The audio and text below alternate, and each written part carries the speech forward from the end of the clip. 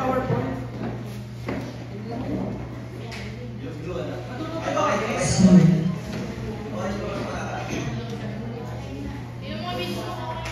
Kaya si PowerPoint ba?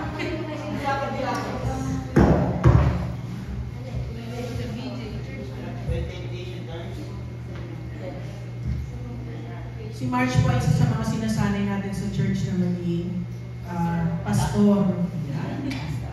Dahil na ako nagkagasa sa iyo, ha?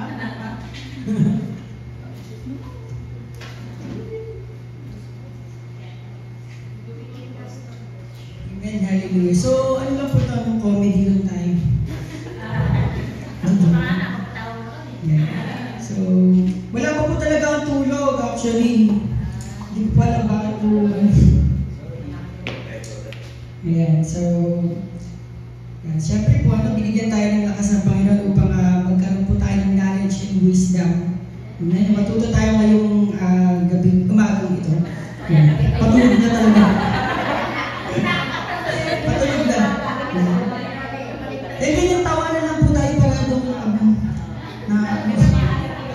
hindi. So, okay po. Ayan. So, pag-aaralan natin po ngayon ay when temptation turns to sin. Ayan. So, kailan ho ba nagiging kasalanan ang temptation? O ito ba ay kasalanan o hindi? Malalaman natin yan. Next. Sabi po dyan, what is sin? Sabi po dyan, sin is an act that goes against a divine law or the law of deity. An action that is committed. So, sa Tagalog po niyan, so ito po yung mga bagay na ginagawa natin na against sa utos ng Panginoon. Amen po? Yan. So, ibig sabihin, kapag gumawa ka ng isang bagay na mali, ito ay sin na. Amen? So, next. Sin is not just something that is sin. Sin is something that is bound up in our flesh and in our thoughts. Amen? So, ibig sabihin po, ang kasalanan po ay hindi lamang po yan yung mga bagay na ating nakikita o yung ginagawa natin. Sabi ko dyan, ang kasalanan ay isang bagay na nakagapos sa ating laman at sa ating isip. So, ibig sabihin, kahit anong gawin natin, nandito pa rin sa nasa ano pa yan, nasa laman natin yan. Amen po? Amen. So, yan po. Ibig sabihin yan, sin is something that is bound up in our flesh and in our thought. Ibig kong sabihin yan ay tayo yun. So po, tayo yun mismo. Isabilang ka pa lang, ikaw na yun. Makasalanan ka na. Amen po? Amen. So, ibig sabihin, sin is not just something that I do. Sin is something that I am. Amen? Naintindihan po ba natin yung teksto na yun? Okay, ulit. Sin is not just something that I do. Sin is something that I am. Amen? Sabihin nga po natin yun, sin is something that I am. Amen. At yan po ang ating identity nung hindi pa tayo nakakakilala sa Panginoon. Amen. Hallelujah. So, ibig sabihin, pinanganak ka, ng nanay mo, makasalanan ka na. Amen? So, lagi yung pinutulog sa church natin, nung pinanganak ka pa lang, namanong mo na ang kasalanan kay Eva at Adan. So, doon po nagsimula ang natin. So, thank God, at tayo pong lahat ay nakakilala na sa Panginoon. Amen po? Amen. At dahil dyan, ikaw na ay may bagong identity. Ikaw na ay isang anak ng Diyos, mas malinis pa, mas maputi pa sa niebe. Yeah. White as snow. So, next. Ito na po. When does temptation become sin? Amen. So, kailan na po nagiging temptation, ay nagiging kasalanan ang temptation? Sabi ko dyan, temptation, himayin po muna natin, temptation itself is not a sin. Sabi ko dyan, it is a natural part of the human experience as everyone desires or urges that can lead to wrongdoing. So, ibig sabihin po yan, natural lang po na nararamdaman natin yung na-experience natin yung matuto tayo. Kasi nasa laman natin yun eh. Amen? So yun po yung mga desire ng ating katawan. Yung mga lust of the eye, lust of the flesh, the pride of life. So yung mga ganun po yun. So next, and then sin is something, sin happens when a person chooses to act on the temptation and do something against right. What is right? So ibig sabihin yan, nangyayari ang kasalanan kapag po tayong mga tao o ang isang tao ay mas piniling ginawa ang mali. Amen po? Naintindihan po natin? Amen. So next, how does temptation become sin? So paano ito nagiging kasalanan? So next, sabi mo dyan, number 1 is dwells on the temptation. Yeah. So ibig sabihin yan, yung number 1 yung mga steps po yan kung paano nagiging kasalanan yung temptation. Binigyan ko na kayo ng idea, gagawin na lang.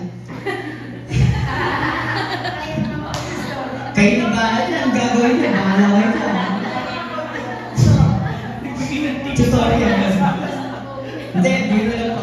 So number 1 is dwells on the temptation. Yeah. So ibig sabihin yan is focusing on or desiring the sinful act brings you closer to sin. Yan po yung number 1 na level nung ng temptation bago mapunta sa kasalanan. Ikaw ay nagpo-focus sa kasalanan. Ibig sabihin, nag-dwell ka, ay gagawin ko to, gagawin ko ba to?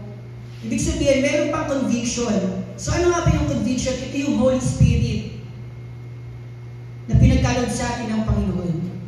Amen po? So naintindihan po natin yung number 1, ibig sabihin niyan, may conviction pa. Amen? Pwede ko po itong gawin, gagawin ko ba ito, ano ba, ganito, nahihilito ka pa. Number 2, consenting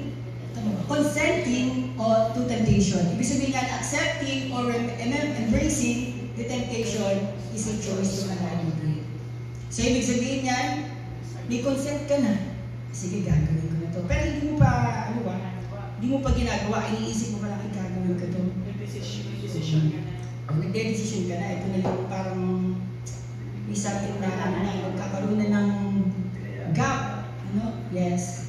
So, ang example natin dyan is yung pagsisinungaling. Nagsisinungaling ka, nasinungaling ka lang.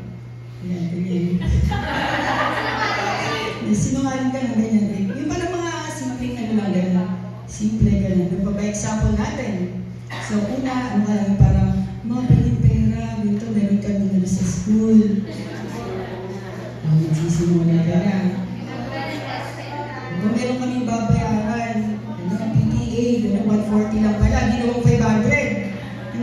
Next, number 3 is acting on temptation. So sabi dyan, actually committing the sinful act, whether in behavior, words, or choices, turns the temptation into sin. Amen? So ibig sabihin yan, ginagawa mo na.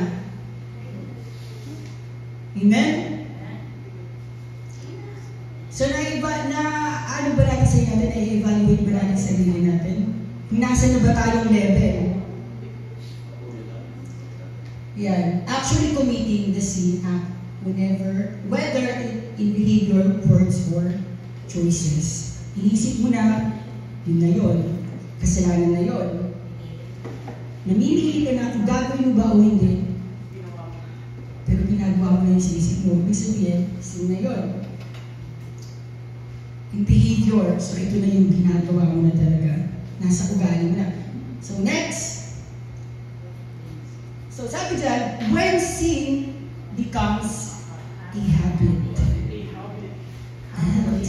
Habit. So yan na, pupunta na tayo sa habitual sin.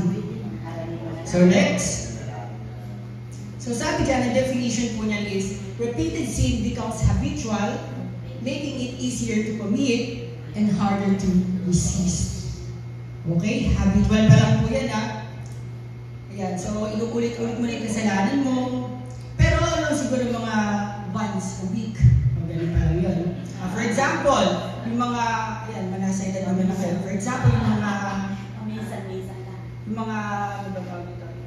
Alam niyo yung mga videos? Hindi ako nanonood doon. Hindi, yung mga sensual na video. O, alam niyo na yung ibig sabihin. Yes. So, yung mga ganon. So, meron kasi akong interview na kaibigan ko. Tumingin ako sa salamin. Hindi na ko na. Hindi. Hindi, meron ako kaibigan na kinausap ko. Yan. So, Nag-church dati? alam mo yun? Ayun, so, ayun nga, so, una, ano lang daw ginagawa niya. So, bakit ka ako nalulog sa ganyang addiction na yan? So, una, sabi niya ay picture lang.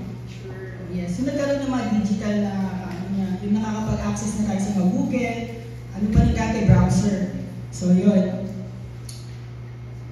Ano sabi niya, una daw, picture lang. Yung mga litrato, yun.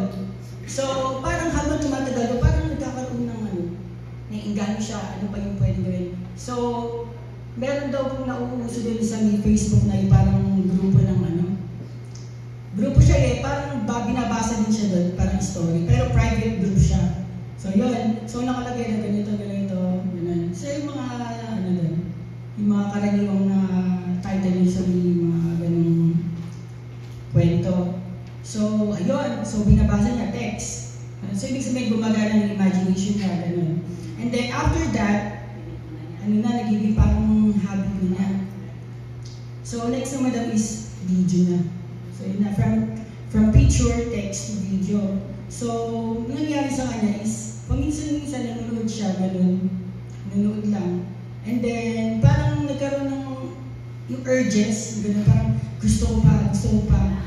Hinahanap-hanap niya na. Ang naging next, later natin sasabihin. So, ang nature po ng habit is the behavior becomes routine and the moral struggle weakens, but spiritual damage deepens.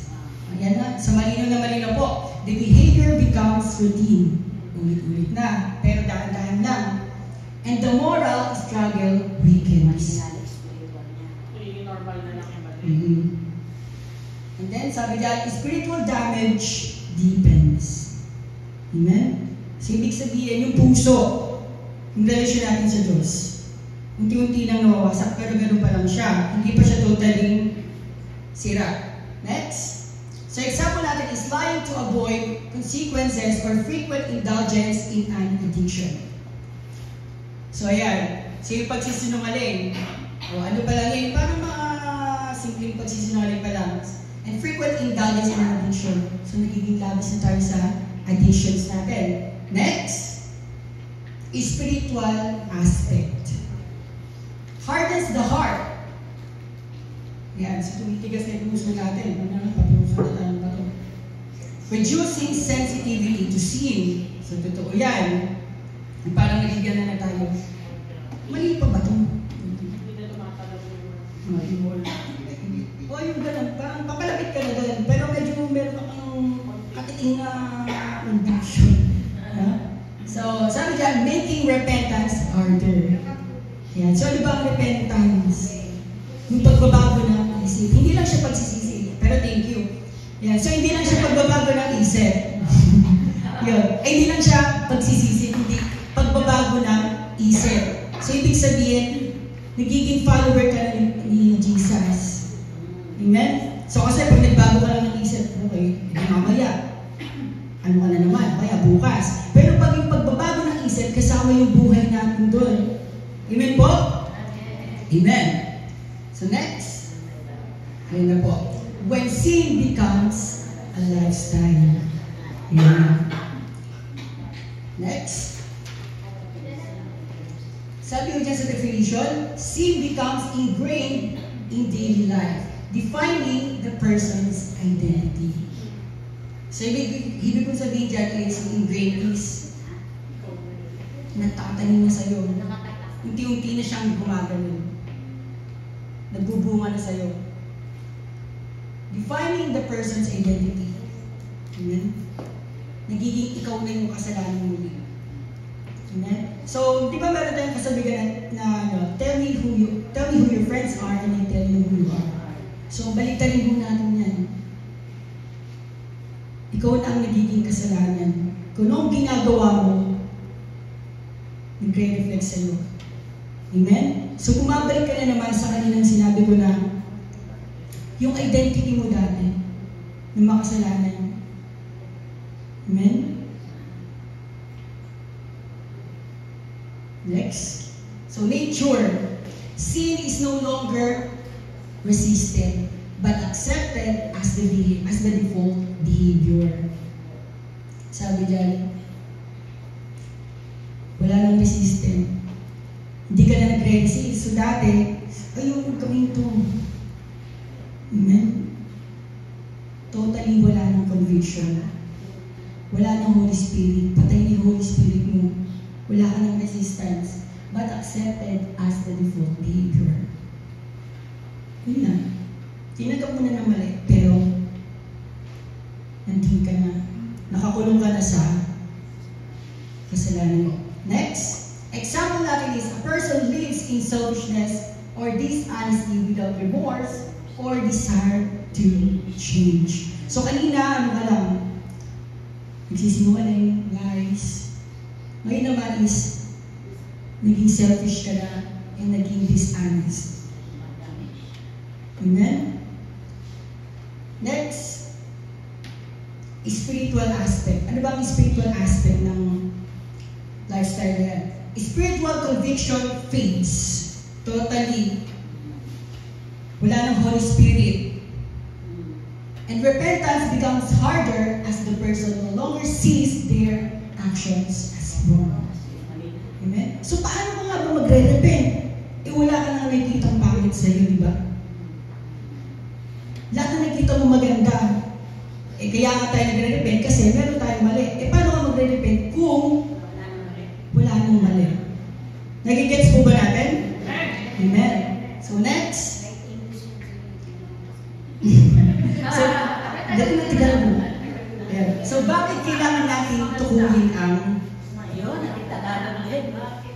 hindi pa na ako dyan, guys. At least na nang umaga dyan. Alas 3 na dyan kaya tinigaw niya. Okay. Tapos na. Good for 2 hours lang yung English.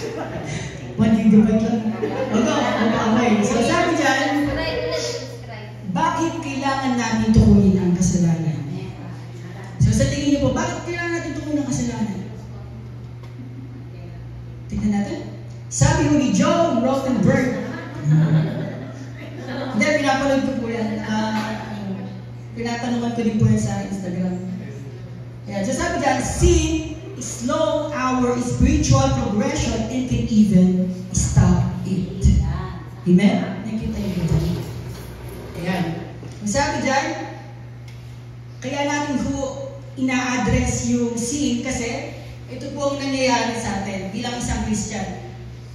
Apektado mo tayo spiritually, mentally. Sin is slow our spiritual progression and can even stop it. Ibig sabihin po na to is bumabagal yung proseso natin ng paglago. Amen? Spiritually.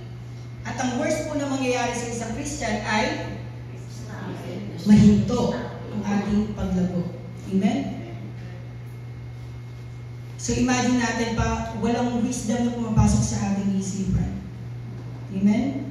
Di ba ang Bible ay manual o yung guide natin? So sino mag-guide sa atin? Wala. Amen? Kasi hintuan na. Amen? Bilang isang Kristiyano, dapat tayo isang halaman na nakatalim sa gilid ng batisan. Amen? Green. Berdong-berde ang dahon. Matataba ang mga roots, mga sanga. Kumikita ba mga dahon? Amen? So next. Balik. So yan ano. So dahil ho dyan, hinto na ang ating yung paglago natin bilang isang Kristiyano, dyan na ho pumapasok ang guilt and shame. Amen? Yes. Kaya po marami sa ating mga kapatiran o sa ating mga Kristiyano ang nawawala o napapalinis sa Panginoon dahil nakakaramdam sila ng guilt and shame. Amen? At ang guilt and shame po ang guilt and shame po ay isa sa mga nakakapagpalayo sa atin sa Panginoon. Amen? Hindi na ako worthy. Hindi na ako worthy maging isang Christian. Hindi na ako worthy tawaging anak ng Diyos. Amen? So dahil doon, lumalayo tayo sa Panginoon, tingin natin sa sarili natin, basahan na ulit tayo. Amen? So habang ginagawa ko po itong part na to na naalala ko po yung kantang yung church hymn natin you bearing all my sin and shame, in love you came, and give amazing grace. Amazing grace. Amen? Kaya kailangan natin ng repentance. Amen? In order for us to receive and feel and experience the power, the love, and amazing grace of the Lord. Amen po? Totoo po. Kailangan natin ng repentance. Next. Bakit kailangan natin ng repentance? Dahil sabi mo dyan, ni Joe Rottenberg, repentance makes it possible for us to grow and develop spiritually again. Amen? Repentance makes it possible for us to grow and develop spiritually again. Tignan mo natin ang supporting verse.